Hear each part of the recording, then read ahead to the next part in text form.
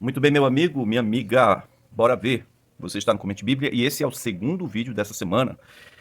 Nós paramos no primeiro vídeo dizendo sobre a recusa do Daniel de comer a carne, né, que vinha da mesa do rei, e o vinho, por serem estes consagrados às divindades locais. Bom, quando a gente fala em idolatria pagã, idolatria no Velho Testamento, em todas as partes, tinha a ver com um culto bem esquisito. Esses cultos geralmente tinham sexo, carne à vontade e bebida. Bacanal, viu? Um negócio assim para a carne é tudo que a carne quer. Formidável, né? Sexo, churrasco e bebida à vontade? Pô, já pensou nisso? Como é que a idolatria se acaba, meu Deus? Desse jeito não, papai, né? Difícil. Então ele resolveu não comer. E quando disse que ele optou por comer vegetais, essa tradução não é tão assim, não. Se você for observar, na verdade, ele estava tirando fora a carne e o vinho, a bebida e aquilo que era especialmente consagrado às divindades. Bem, aqui nós temos o apócrifo de Bel e o dragão. É uma adição ao livro de Daniel. É claro que não faz parte da Bíblia, porém aqui no capítulo 14, versículo 3 diz: ora, os babilônios tinham um ídolo de nome Bel, todos os dias gastavam com ele 12 ártabas de flor de farinha, 40 ovelhas e 6 metretas de vinho. Também o rei lhe prestava culto, indo prostrar-se diante dele todos os dias, enquanto Daniel adorava o seu Deus. Porque a ideia é que ele comia grãos, todo tipo de grãos. Feijão, arroz, amendoim, grãos. Mas carne e vinho, não. Né? E aí ele começa a ter problema, vamos dizer assim, o coordenador, aquele que estava lá interagindo com eles para o treinamento durante 3 anos. Esse cara falou com eles, mas falou assim: olha, se vocês se apresentarem ao rei muito magrinho, diferente dos outros, se não comerem carne, não comerem direitinho, o rei vai notar que vocês estão magrinhos e o rei vai pedir a minha cabeça. E aí Daniel negocia com ele, pede 10 dias e ora a Deus. É claro, Daniel orava 3 vezes por dia para que desse tudo certo. Daniel negociando para se manter ali em santidade, né? Esse é o texto de Daniel, gente. Daniel no capítulo 1, né? A gente fala no versículo 4, versículo 5, versículo 6. Bel, que também é conhecido como Marduk, né? O grande deus do panteão babilônico, tá? O templo de Bel, por vezes chamado de templo de Baal, que é a mesma coisa, Bel e Baal é a mesma coisa. Era um edifício religioso situado no sítio arqueológico de Palmira, Síria, consagrado no ano 32 depois de Cristo, ao deus semita Bel, adorado em Palmira, em Trindade, com o deus lunar, Aglibol, e o deus solar, Iarribol. Bel, Baal, o sol e a lua, tá bom? A lua e o sol. Aí está o templo de Baal, ou Bel, templo visto do noroeste, né? Ok? Aqui embaixo dá uma localizaçãozinha aqui básica, né? Local do templo na Síria, tá bom? E mais uma foto aqui, né? E a última parte vai informar que o templo era o centro da vida religiosa da cidade.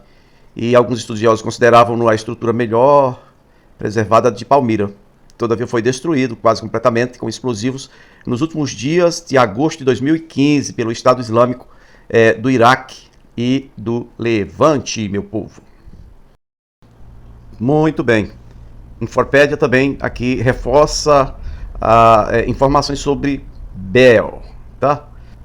Bel tornou-se, cerca de 3.000 anos antes de Cristo, a divindade suprema do grupo de deuses da cidade de Nippur, nesta altura, um centro importante. Nessa cidade, o seu templo tinha o nome de Ekur, Casa da Montanha, que com elevação se tornou um sistema de templos dedicados a diversos deuses, à volta do principal deus. Era considerado o deus do céu e da terra, assim como o pai dos outros deuses e filho de Dunkina e Eao Enki.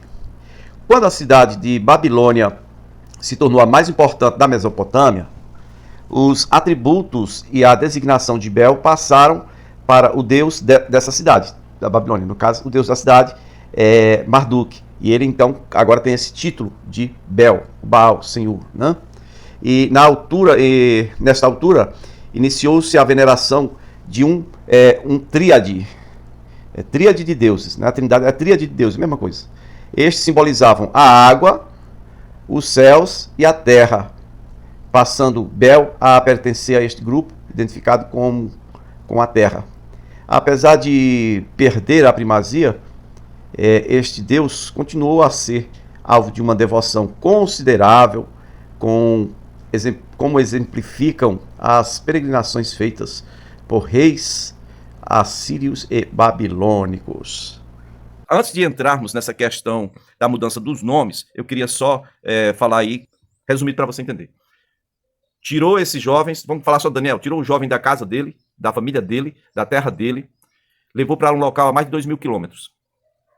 Lá, ele teria que aprender um outro idioma, literatura, cultura e religião do local, nesses 3 anos. Eu falei na igreja ontem que é algo similar ou semelhante à estratégia de Satanás, quando ele quer vitimar alguém.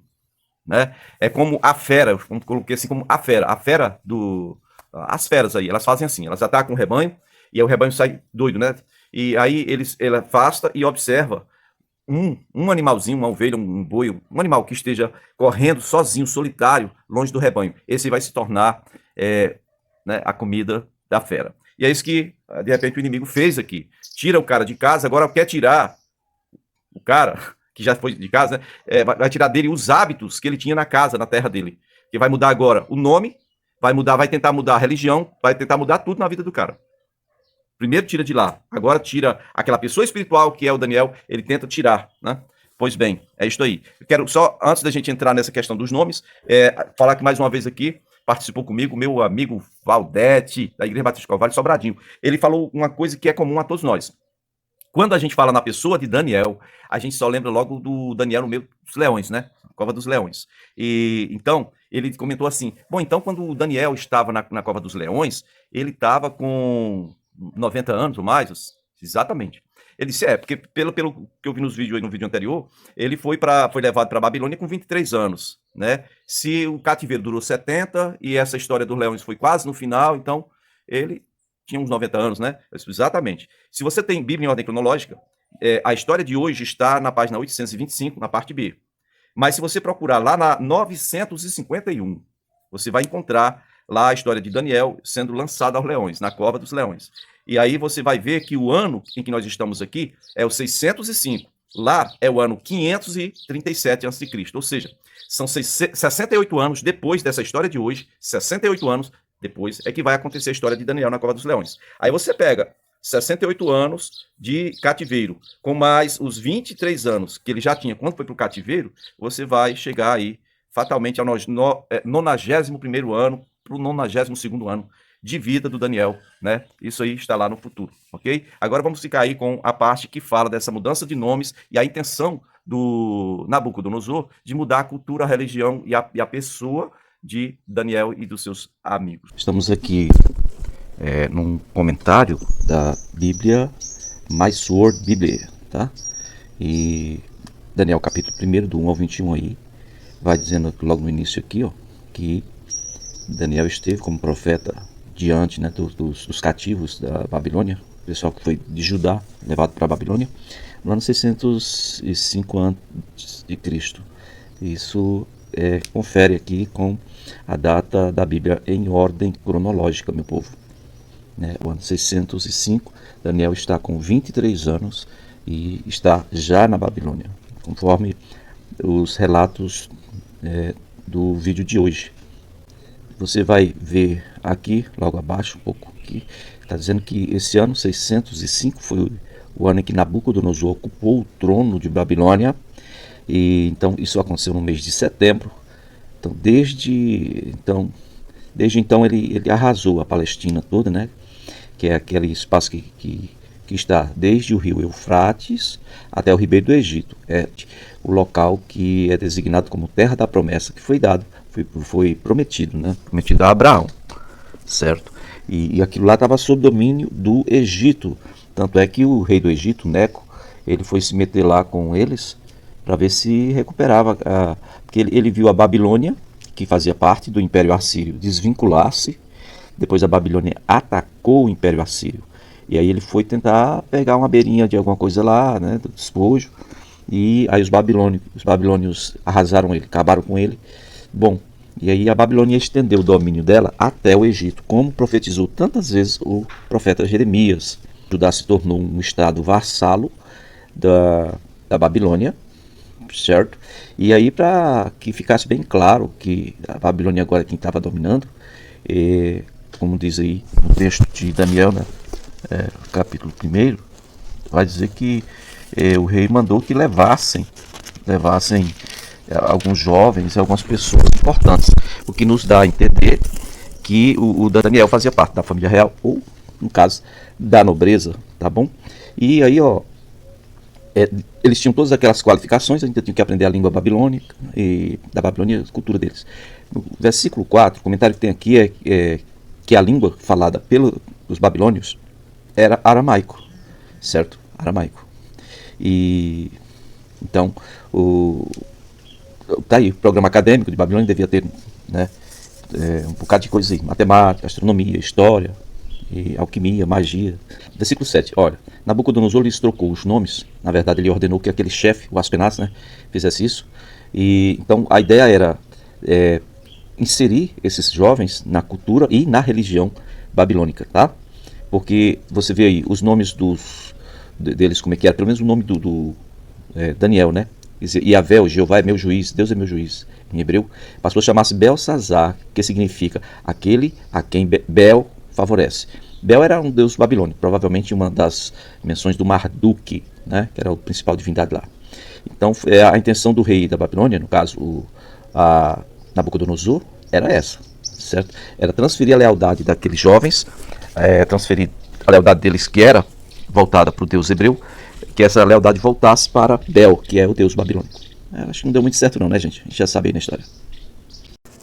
Bem, queridos, vamos mais uma vez aqui recorrer ao nosso irmão Google para ver o que ele diz sobre essa questão dos nomes, né, de Daniel e seus amigos. Está aí o site biblia.com.br. Então, Daniel quer dizer Deus é meu juiz, como já citei. Ananias seria Yahvé misericordioso. Misael, quem é como Deus? Uma pergunta, né? E Azarias, Yahvé ajuda, a quem Deus ajudou. Deus é minha força. Mas o Bel, a gente já sabe, Bel é o deus Marduk, que era o deus do Nabucodonosor. Belsazar, então, é aquele que é privilegiado, protegido de Bel. Sadraque, vamos dizer, seja uma alteração do nome de Marduk, né? Mas não há nada, inclusive, sobre o significado desse nome. Mesaque, não há explicação satisfatória quanto à origem desse nome. Como Sadraque, Mesaque, não é um nome bíblico. E Abednego, nome aramaico e possivelmente significa servo do deus Nabu, ok? Ótimo. E aí você pergunta para mim quem é Nabu. Bom, tá aí a Wikipédia dizendo aí quem é Nabu, né? É uma divindade da mitologia suméria, deus da escrita, da sabedoria, o filho de Marduk. Marduk, no caso, é o deus principal lá, é o deus do Nabucodonosor. E ele é casado com Tasmetum. Eu não vou entrar agora nesse negócio de pesquisar todos, não. Nabu é esse cara aí, ó. Nabu ou Nab. Aí, ó. Aqui, mais uma vez, Google, a Wikipédia está nos dizendo aqui rapidamente o que significa Bel, uma vez que a divindade principal da Babilônia se chamava assim, Bel, né? Nos lembra também a torre de Babel, que no início tinha significado de porta de Deus, mas depois que o Senhor confundiu as línguas, interpretou-se como Babel, como confusão, né? Ou confundir. Aí está. Bel, do acádio, Belu, Senhor o amo. Essa definição de Senhor o amo é a mesma definição de Baal. Aqui é Bel, né? De onde vem também a palavra Bel, Zebu, ou Baal, Zebub, da mesma raiz, só que em outro idioma. Né? Então, Bel é meu Senhor ou meu amo, e é mais que um nome propriamente dito, é um título usado para designar várias divindades da Mesopotâmia antiga, né? Nomeadamente na Acádia, Assíria, Babilônia e Suméria. O termo Bel, originário das línguas semitas orientais, é equivalente a Baal, daí onde está escrito Baal, nas línguas semíticas do Nordeste. Sua forma feminina é Belit, ou Beltu, ou Beltrum, senhora ou dona. Em grego, Bel é representado como Belos, belos, tá?